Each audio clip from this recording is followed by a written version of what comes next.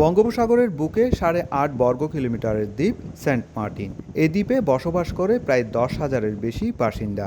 আর পর্যটন মৌসুমে প্রতিদিনই পর্যটকবাহী জাহাজে আসা যাওয়া করে ২,০০০-এর মতো পর্যটক, যাদের যাতায়াতের একমাত্র মাধ্যম নৌপথ।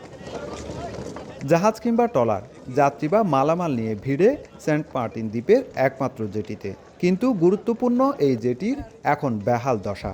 উপর থেকে ফিটপাত দেখতে হলেও ভেতরে ভঙ্গুর দশা স্থাপনাটির। কোথাও ভেঙে পড়েছে রেলিং, পিলারে ধরেছে ফাটল, নিচের অংশে পুরো আস্তরণ উঠে বিপজ্জনকভাবে বের হয়ে গেছে রড। জাহাজ সেন্ট মার্টিন জেটিতে ভিড়লে নামার সময় বিপাকে পড়েন পর্যটকরা। নামতে গেলে ঝুঁকিপূর্ণ, এখানে নিচে পড়ার সম্ভাবনা আছে। এখানে এটা কাঠের তৈরি, দেখা গেছে ভেঙে যাওয়ার সম্ভাবনা খুবই বেশি। এগুলা অতি শীঘ্র ব্যবস্থা না নিলে পর্যটন শিল্পের জন্য হুমকির সম্মুখীন ভবিষ্যতে।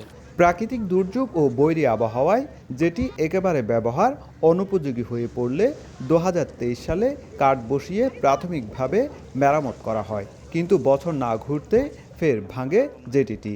এখন অনেক স্থানে নেই কাঠ আর রেলিংও। সেন্ট মার্টিন দ্বীপের একমাত্র জেটিতে পর্যটন মৌসুমে প্রতিদিনই পর্যটকবাহী জাহাজ ভিড়ছে ৫টি, আর স্থানীয় নৌযান ভিড়ে শতাধিক। সুজাউদ্দিন রুবেল, সময় সংবাদ, কক্সবাজার।